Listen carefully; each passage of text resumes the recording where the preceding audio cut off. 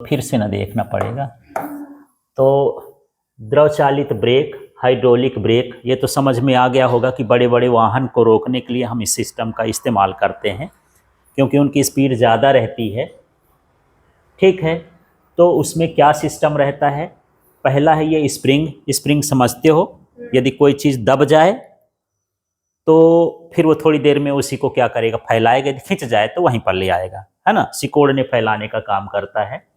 इसके बाद ये रिम होता है जिसपे हम टायर को पहनाते हैं, है ना। ट्रक हो, कुछ भी हो, लोहे का गोल गोल भाग होता है, उसके ऊपर टायर लगाते हैं तो उसको हम क्या बोलते हैं? रिम बोलते हैं। अब उसके अंदर लगा होता है क्या? Brake shoe. ये लगभग जो होता है हार्ड लकड़ी का बना होता है, कार्डबोर्ड का बना होता है ना।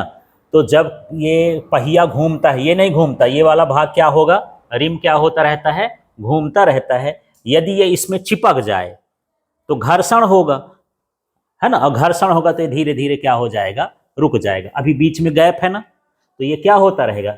हमेशा रिम क्या होता रहता है? घूमता रहता है।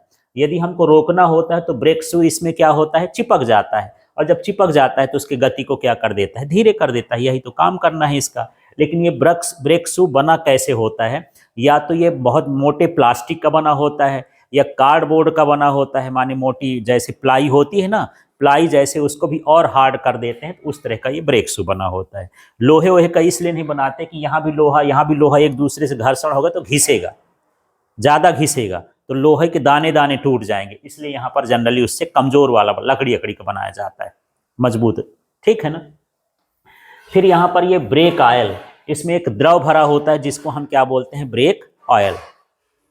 और इसके बाद यहाँ पर ये होता है मास्टर पिस्टन। जब पिस्टन लग जाए तो अभी मैं बताया था कि पिस्टन ये कहलाता है, ये जो इधर उधर सरक सकता है, जिससे आप दबा सकते हो, वही क्या कहलाता है? पिस्टन।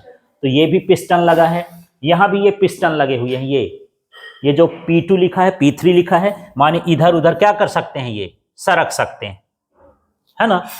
और ये वाला हो गया ब्रेक का पैडल, जिससे हम ब्रेक को क्या करते हैं? ऐसे दबाते हैं पैर से, उसको हम क्या बोलते हैं? ब्रेक का पैडल बोलते हैं।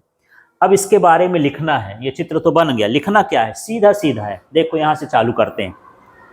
जब ब्रेक पैडल को दबाते हैं तो मास्टर पिस्टन ब्रेक ऑयल में दाब लगाता है। यहीं से लाइन, हाँ बोलो तो। जब ब्रेक पैडल को दबाते हैं तो मास्टर पिस्टन ब्रेक ऑयल में दाब लगाता है। ठीक है। पास्कल के सिद्धांत के अनुसार यह दाब पिस्टन P2 और P3 तक पहुंचता है। फिर इसमें लिखना है, क्या बोलोगे? पास्कल के नियमानुसार यह दाब पिस्टन P2 और P3 तक पहुंचता है, जिससे इसमें बाहर की ओर बल लगता है। इस पिस्टन में कहां की ओर बल लगेगा? बाहर की ओर बल लगेगा। और ये पिस्टन से ब्रेक शू जुड़ा होता है। इस पिस्टन से क्या जुड़ा होता है? Brake shoe.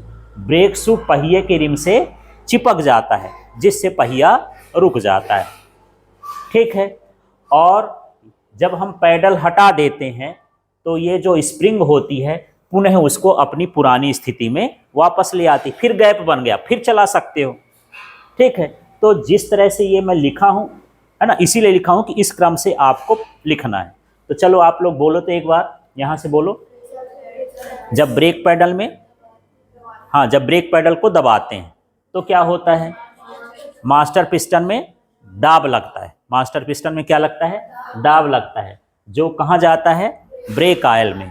और ये पास्कल के नियमानुसार कहाँ पहुंच जाता है? हाँ, पिस्टन P2 और P3 में पहुंच जाता है। तो इस पर क्या जुड़ा होता है? ब्रेक शू जुड़ा होता है, जिस पर बाहर की ओर बल लगता है और ब्रेक शू पहिए के रिम से चिपक जाता है, पहिया रुक जाता है। जब ब्रेक पैडल को हटाते हैं तो स्प्रिंग उस ब्रेक शू को वापस ले आती।